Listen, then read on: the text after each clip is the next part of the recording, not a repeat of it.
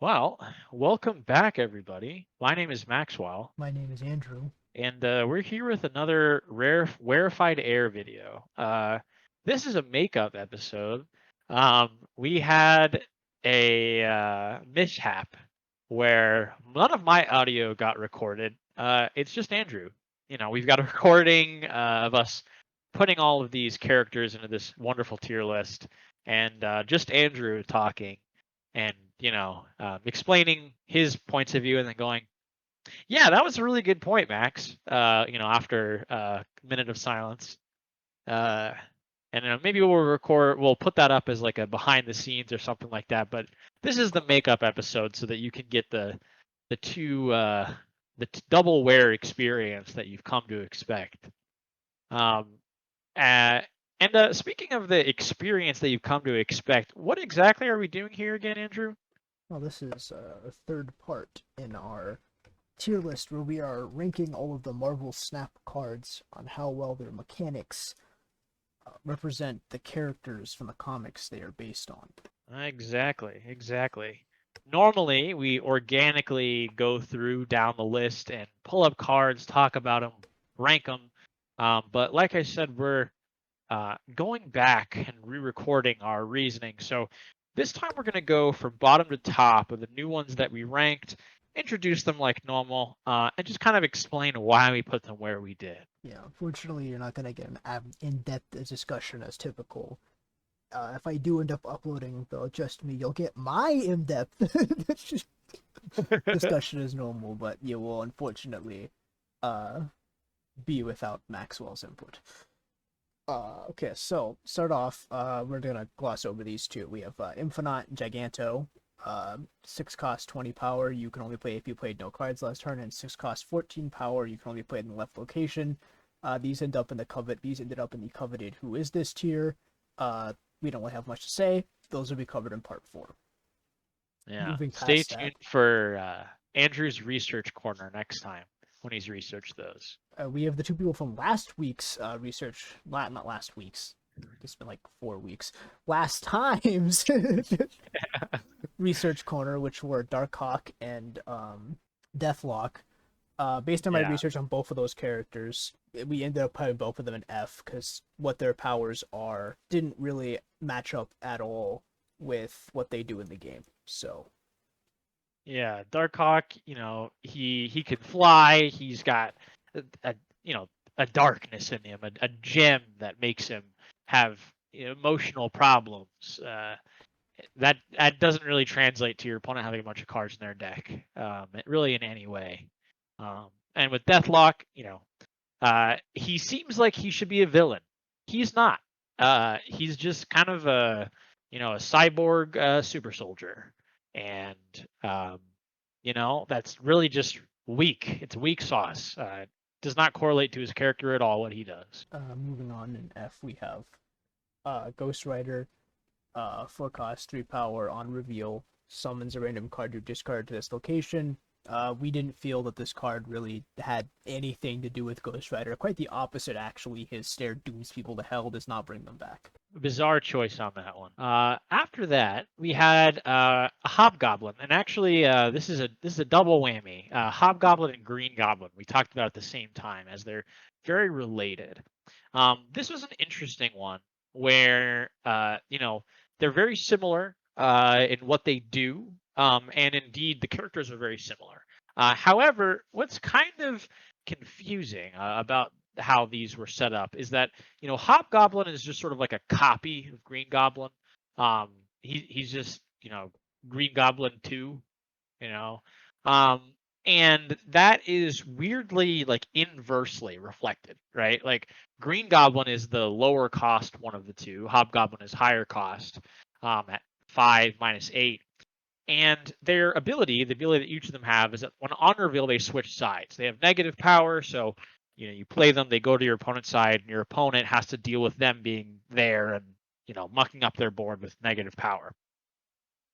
That's actually pretty interesting for Green Goblin. And as you'll see a little later here, or as you can see on screen right now, Green Goblin is sitting comfortably in C tier because it kind of makes sense. Green Goblin's kind of insane, especially if you go with the Sony cinematic.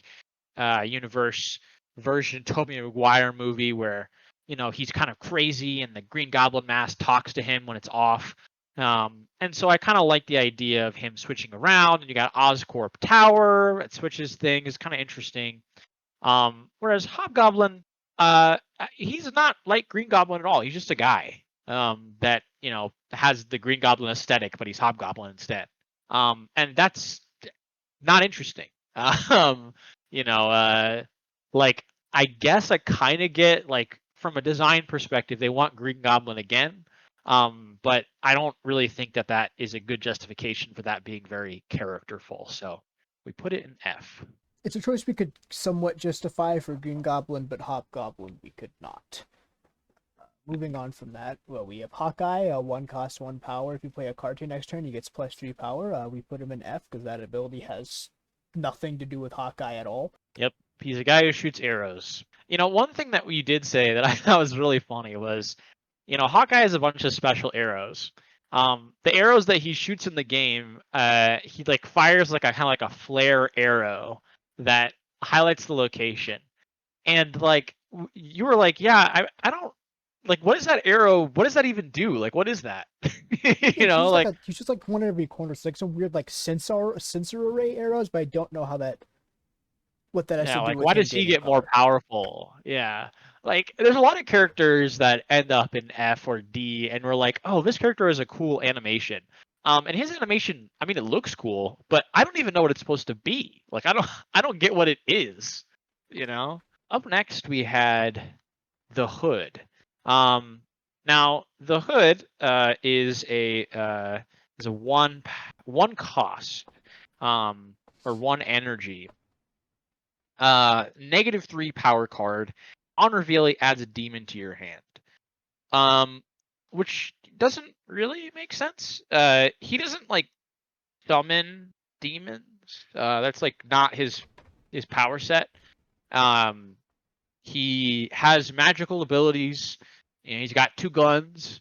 But he's not like a, I don't know, like a demon cultist. That's like not his thing.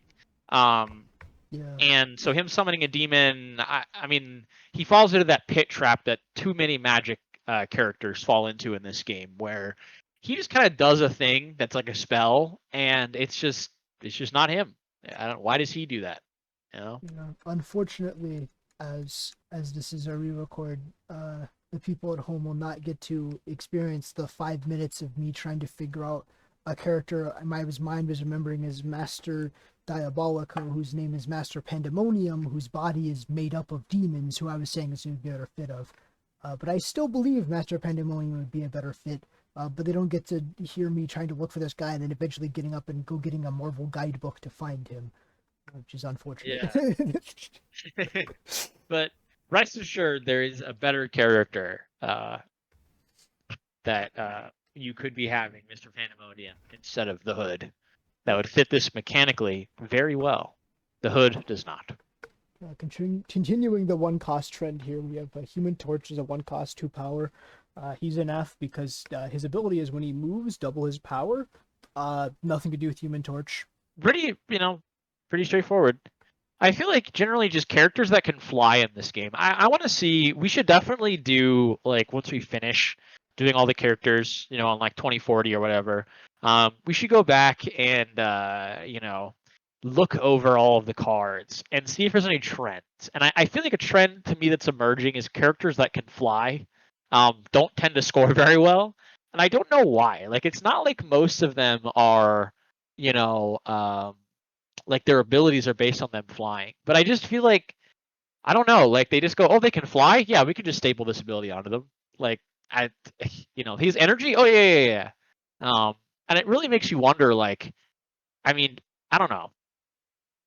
I don't want to make assumptions about the people who are designing these characters, but I will say it's bad. Moving on to Iron Fist, our next 1 drop here. 1 cost, 2 power. On reveal, after you play your next card, move it 1 location to the left. We both were scratching our heads on this one. He's a master of martial arts, and so you'd think, oh, well, maybe he's like a judo master or something like that, and he throws someone to another location. Nope, it's a giant fist, energy fist. He punches them over there, which doesn't make sense because that's not how you move things, is by punching them. And also, that's just not what he's known for. Like he's known for punching things and hitting them because he's the Iron Fist. You know, he's a striking martial artist.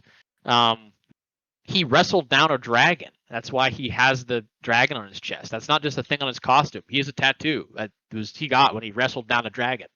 That was Uh, burned into his chest by I think the molten blood of the dragon or something. yeah, I don't know. It's weird. It's a something tattoo crazy that's like that. burned onto his chest, which doesn't really not how tattoos work, but sure.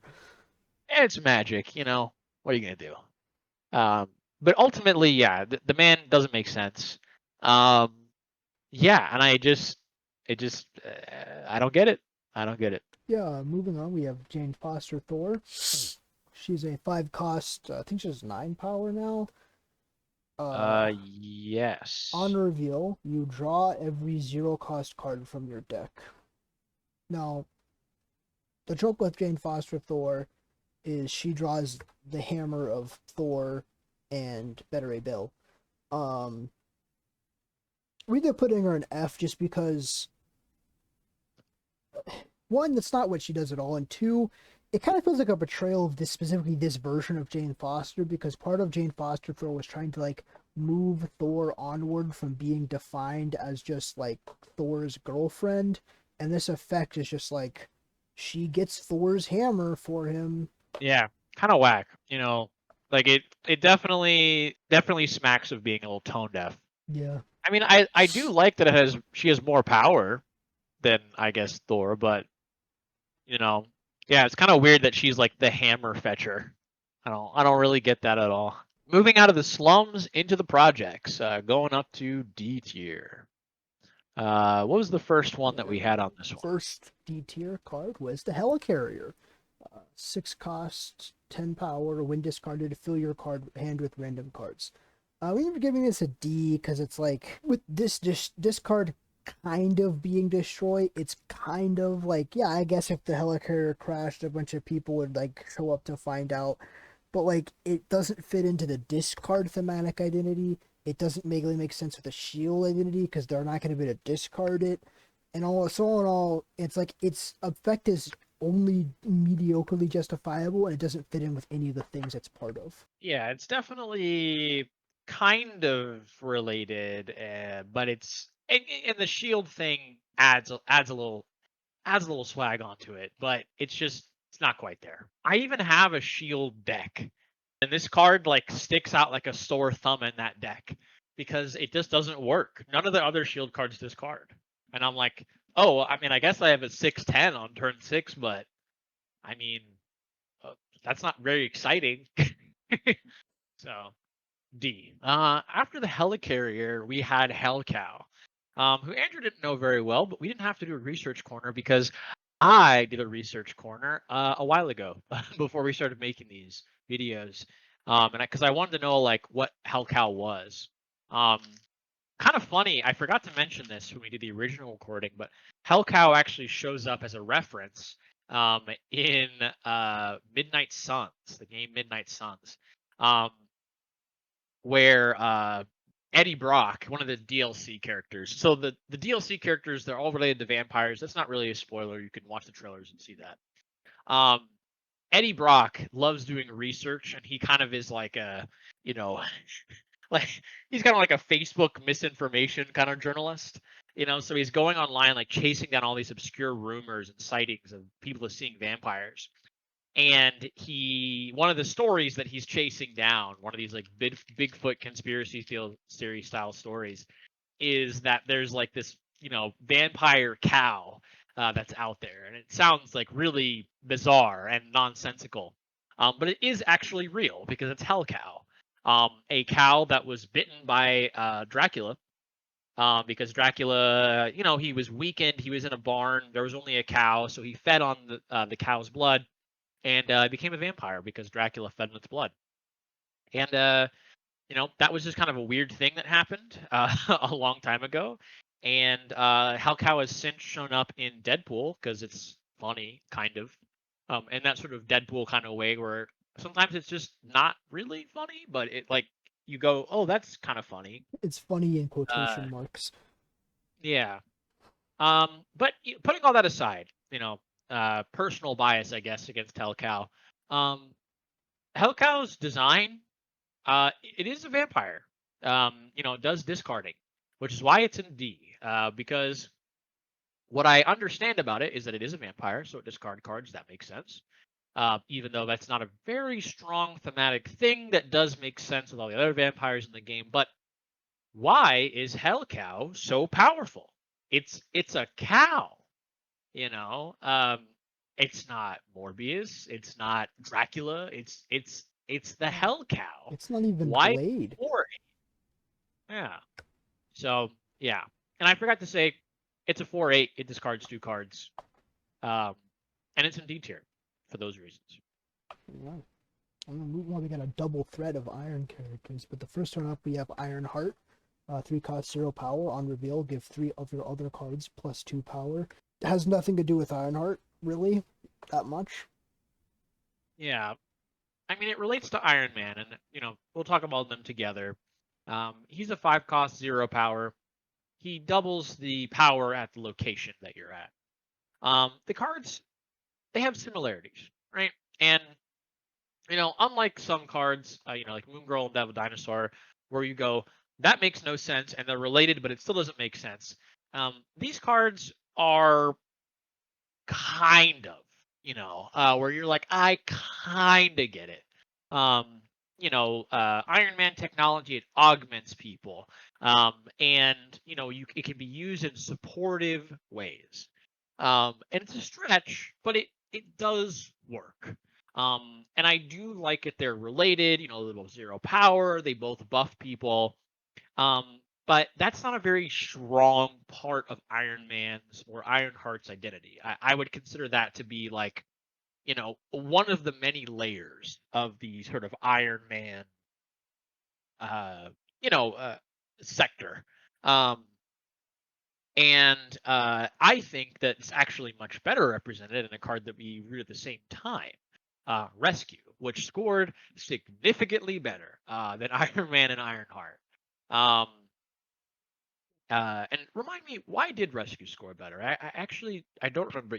I remember you gave a very good, cogent like reason why. Well, the reasons I gave for why I thought Rescue should be higher, why I was thinking of it being higher, is because I like the fact that Rescue in the comics is Pepper Potts given an Iron Man suit by Iron Man. She helps Iron Man with stuff. So she uh actually kind of funnily benefits from the opposite effect of Jane Foster, which is that Rescue is like a very support character, very Blue Lantern-y, to get my DC reference out of the way. Um, so I liked that she was a card that she showed up, but then if she had a friend show up with her, she became stronger. And I also liked the fact that because she cost 4 and Iron Man cost 5, playing her and Iron Man in the same location is a really, really strong swing. Right. That's right. I remember that. Um, and yeah, so Rescue is a little higher on the thing, and just for those who might not know off the top of their head, she's a 4 cost. She starts out with, I believe, 4 power these days. Yeah. And gets +5 as an on reveal when you play another card there on your next turn. So as Andrew said, you can play her on turn 4, her on reveal pops, and then on turn 5, Iron Man can be played at the same location to activate it, getting you a whopping 18 power at that location. And it can't be destroyed by Shang-Chi. So yeah. Also, just mentioning Shang-Chi real fast, that would have been a really cool ability for Iron Fist. Now, listen, I don't want the smoke in the comments from people who saw the Shang-Chi movie and really liked it, okay? Shang-Chi's a great choice for that too. We'll get to that later. But Iron Fist would have been a good choice for that. Honestly, they occupy a somewhat similar niche. Yeah. And We so always, we always complain about people whose only power is fight or people who just have magic, and we should have been watching out for the vaguely mystical martial artists. Turns out it's yeah. hard to find more than one good card design for them. And Yeah. unfortunately, they have exactly two. Yeah. Dude, I'm waiting for them to add in the Iron Fist, who's a master of gun fu. That's what I want to see in Marvel Snap, or at least a variant for Iron Fist. That'd be really funny. Anyways, so those are the Iron people. Next we have Jubilee. Rounding out D. Yeah, so Jubilee is a really interesting design. She's a 4 cost, 1 power, but she summons a card from your deck when you play her as an on reveal to the same location. And while that's very interesting, it's not what Jubilee does, at least not as a power. The justification that we gave for this is that Jubilee has a lot of friends. She's very social, but she just doesn't really like her mutant ability is that she creates like sparkly light things. Um, she's not like a summoner or like a teleport or something like that. And so while this sort of fits her personality, doesn't really fit her power set, and that's kind of the weak correlation that gets you put in D tier. Moving finally out of D tier, we end up with a very small amount of people showing up in this tier, which is C. C, the first new card we see is Goose, which is, uh, as we talked about in the last episode, is a very interesting card because it is based entirely on the movie version of the character Chewie, uh, both looks and name. So it's just interesting because this game is very comics based, but there's just some random cards where they're based on the MCU version, and it's very confusing to me. But Chewie is a 2 cost. Is still 2 power? I don't know. I don't. Yeah, I two never costs, play two them. I power. never see them played. Uh, and you cannot play 4, 5, or 6 cost cards in the location they are at.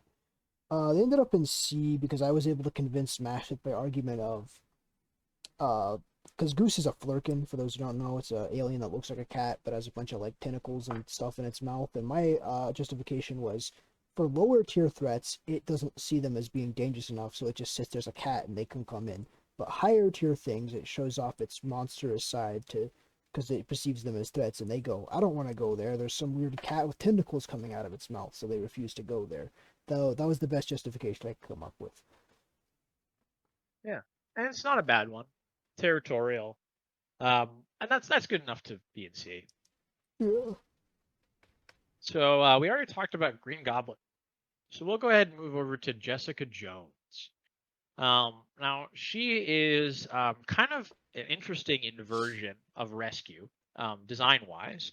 She's 4 cost, 5 power, and her on reveal is that if you don't play a card at her location next turn, she gets +4 power. And like kinda. I mean, she's an interesting character in that like she doesn't have like a particularly broad power set. She is super strength. She's very durable. She can fly. But she doesn't really have any like crazy. I guess. I mean, like, look. Obviously, if you had super strength that were super durable, can fly in real life, that would be amazing. In the Marvel universe, that's kind of like par for the course, right? So we understand. Hey, difficult to design a good card for this character. At the same time, she's a loner, you know. Her being alone doesn't really make her more powerful. Well, But she she was a loner. definitely, As we talked yeah, about in she the last was a episode, loner. this is very, and you design wise, because this is based on her look from the TV show, which was based on her back when she was a solo superhero working as a private detective before she had traumatic events and resolved from being a not resolved, retired from being a superhero. This is very obviously based on that earlier version of her. Yeah, and And I mean, look, that's the kind of thing you'd see in a patch notes where they're like, Jessica Jones is a hero who likes to be alone, so don't play cards with her, right? But like, come on, man, like, there's some hand waving going on there, and that's not gonna let you break through and get to any higher than C. But it's a solid concept. They stuck to their guns. She's powerful. It's a C. Moving on to B. All right. These are the ones that make us smile at least a little bit. Yeah, we already talked about Rescue, gave our reasoning there, so I think we can move on to Iceman. He's a 1-cost 2 power. On reveal, makes a random card in your hand, cost 1 to a maximum of 1 more to a. In your opponent's hand, cost 1 more to a maximum of 6. We ended up giving a B just because with the card, the ice box as well. Okay, not the card, the location, the ice box. This game is very much showing that the idea of ice powers in this game is like a slowing down of your opponent being able to play cards, and this is a pretty good translation of Iceman into this game. Yeah. It's not a totality of the character, but it is consistent. And it's not a bad choice. Mm-hmm. All right. Thus Not too many concludes entrants B. in B last time. We move on All right. to What was the first one in A? A, where our first new card was Century. Sentry. Okay, so the Sentry is definitely a favorite of me and Andrew. So we had a lot to say, and actually, you might the more astute viewers among us might be like, hold on, they're not this far. How long was the episode last time? How are they in S? That's a great question. We were talking about the goblins for a long time. You may have thought, wow, Max monologued for like 2 minutes about the goblins before. Trust me, we talked about them for a lot longer in the Yeah. original recording. And we brought up the Sentry. And the reason why the Sentry is in A and Green Goblin is in C is because Sentry has some similarities to the Green Goblin as far as his mental state. And his card design is significantly more interesting and fits the character really well. The Sentry's whole thing is that he's this super powerful superhero, right? One of the most powerful, at least, on Earth, right? The problem is that he has an alter ego, the Void. And the Void, whenever the Sentry goes and does something good, the Void will go reverse it. And the Void is the Sentry. And so the Void is also extremely powerful. So, the Sentry will save someone from a supervillain, and the Void will go and kill them. Reversing everything. And the Sentry will go for this kind of loop where he'll realize that the Void is out there, reversing all of his good deeds. He'll try to chase down the Void. He'll eventually realize that the Void is just him, like an alter ego version of him. And because the Sentry is super powerful, usually he gets his mind wiped, like wipes his own mind, and erases his knowledge that he is the Sentry, and that he has powers. And of course, as such things go, he'll eventually figure out that he has powers, become the Sentry, the cycle repeats itself. But super interesting character design, and they did a really good job of implementing it in the game. The one nitpick that we had, now, the mechanical design of this character is that he's a 4-cost, 10 power. When you can't play him at the right location, and when you play him, he on reveal adds a negative 10 power Void to the right location. The seesaw counterbalance the scales of the Sentry being 10 and the Void being negative 10. The one problem with it is that the Sentry and the Void are the same thing.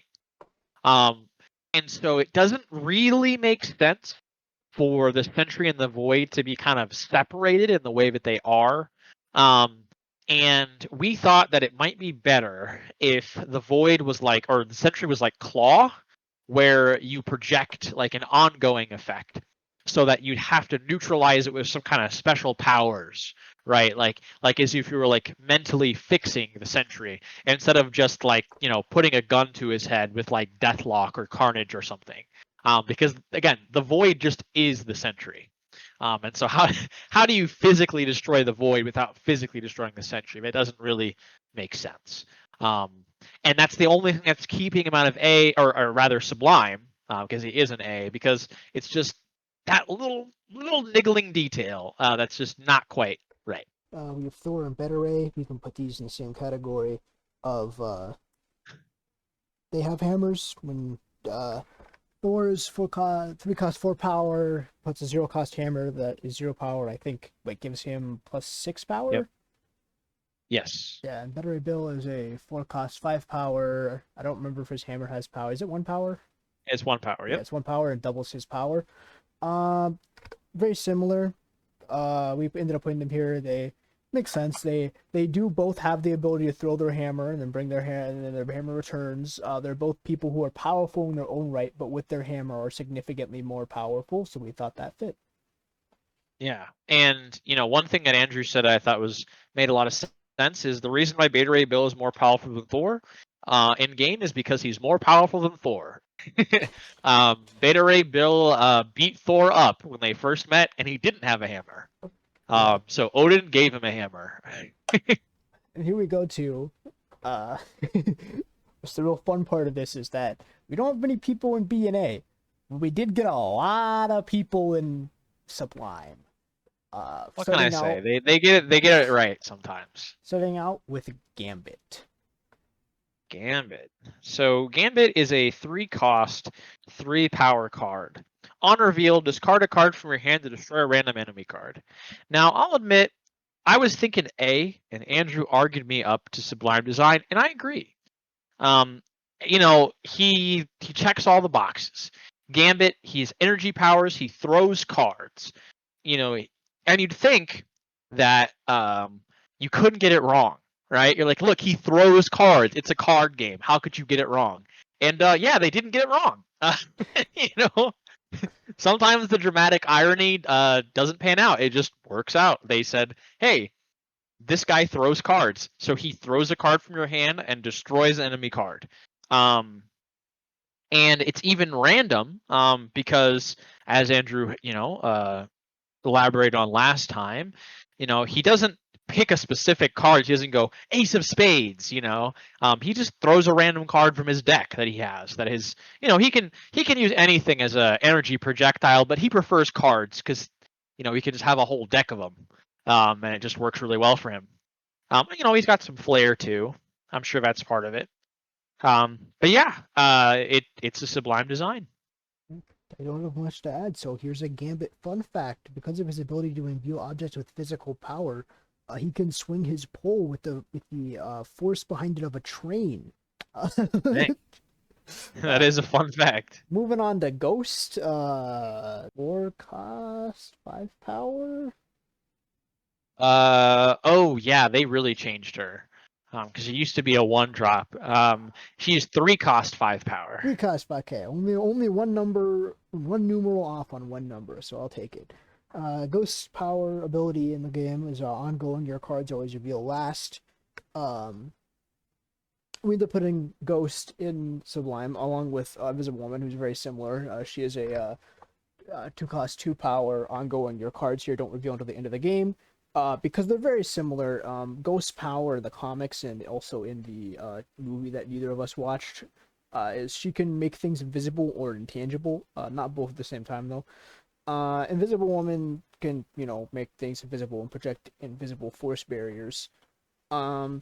So they're very similar, and we realize that revealing last is kind of what they've decided invisibility is. It's like, oh, they can hide because they have invisible, so they get to reveal themselves after, outside of the way that things normally get revealed either way, because they get to reveal themselves. Yeah, and what I thought was really cool was how each of them has a different sort of defensive, like hard defensive ability as well. Where Invisible Woman creates force fields, Ghost makes things intangible, and it's kind of funny because when you think about it, the powers are like completely opposite. But funnily enough, they actually kind of accomplish the same thing in like a fight, right? Where if Doctor Doom like shoots an energy blast at you, you can either block it with a shield or you could just turn intangible. Both of them stop the energy blast.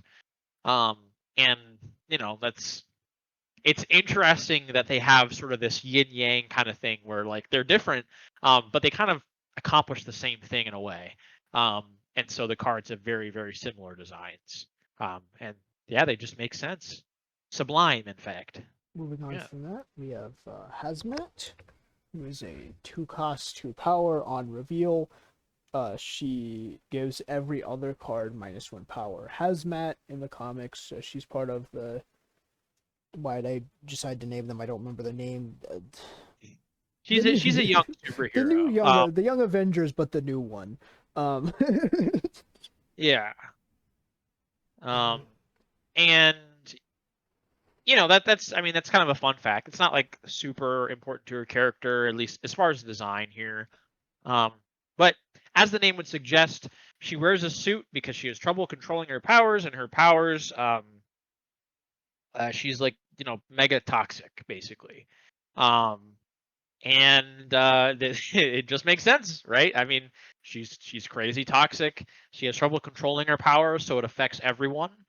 And yeah, I mean, it's very straightforward. And they did a really good job with this one. So Sublime. And next we have Heimdall. Heimdall, who's a 6 cost. Is he still 8 power? I don't know. He is 9 power. He got buffed. That's what a voice in the back of my head was saying. Yeah. But he's Yeah, he had one of those patch notes where he had red eyes, indicating that he was about to smite whoever got nerfed that patch. His ability is on reveal, move every card to one location to the left. So Heimdall in the comics, he's the controller of the Bifrost. Bifrost is a location in this game that moves everything to the right. So we felt that as he's a big, powerful guy and he's in control of the movement of the method of movement between the realms of Asgard, and he's control of the card that does the same thing as him but in the adverse direction, that we felt that because of that he deserves to be in Sublime. Yeah, I mean it's just perfect rhyming, Sublime indeed. All right. Next we have Hela, another Asgardian. And I distinctly remember this. So Andrew said if you watch the movie that Hela shows up in, you'd be very confused about why she does what she does. Because they kind of nerfed her in the movie. I mean, she was very powerful in the movie.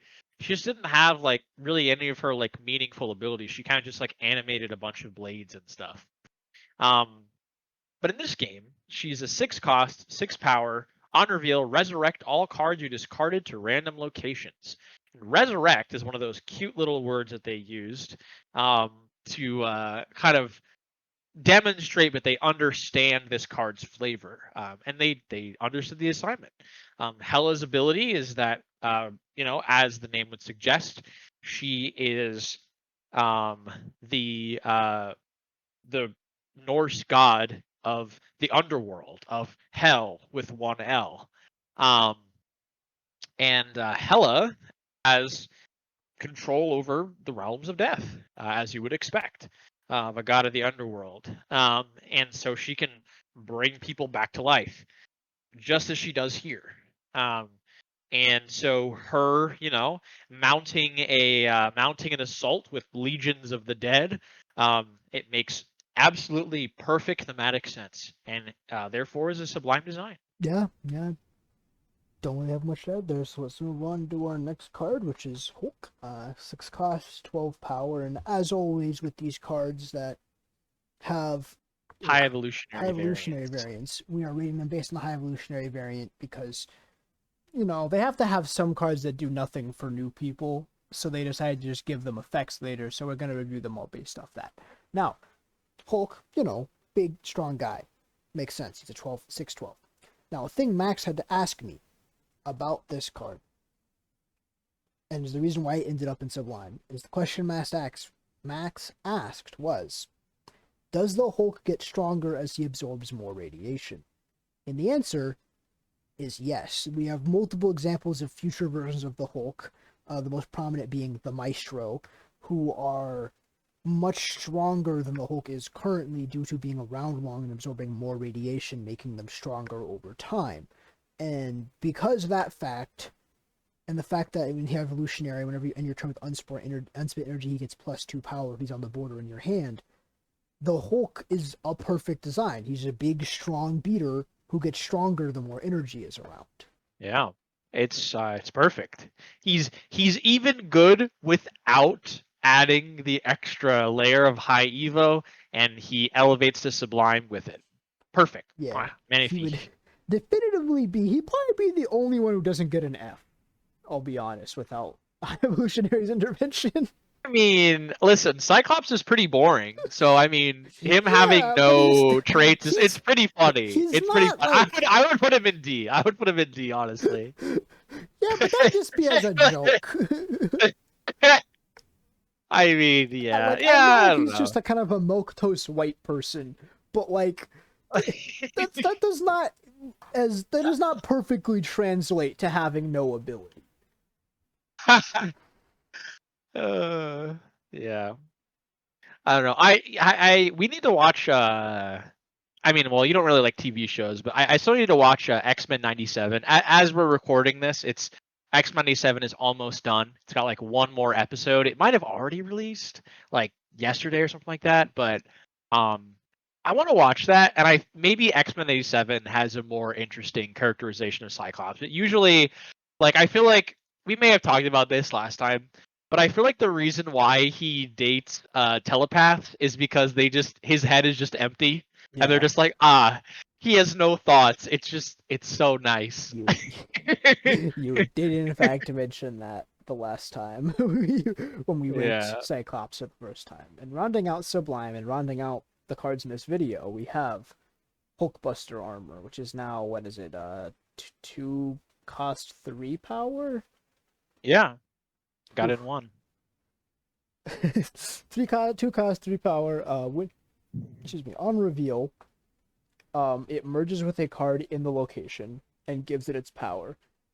Now this is perfect because Hulkbuster armor is, if you've seen the movie, you've seen this. The movie it appears in is the Hulkbuster armor is, unlike most of Iron Man's armors, is not a suit that he gets in. It is a suit that goes over other armor, and it has other times been used by other people. So the Hulkbuster armor, this whole thing is it goes onto someone and it makes them stronger. So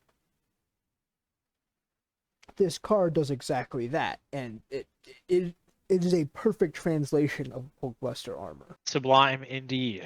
Wow, that just about wrapped up our recap.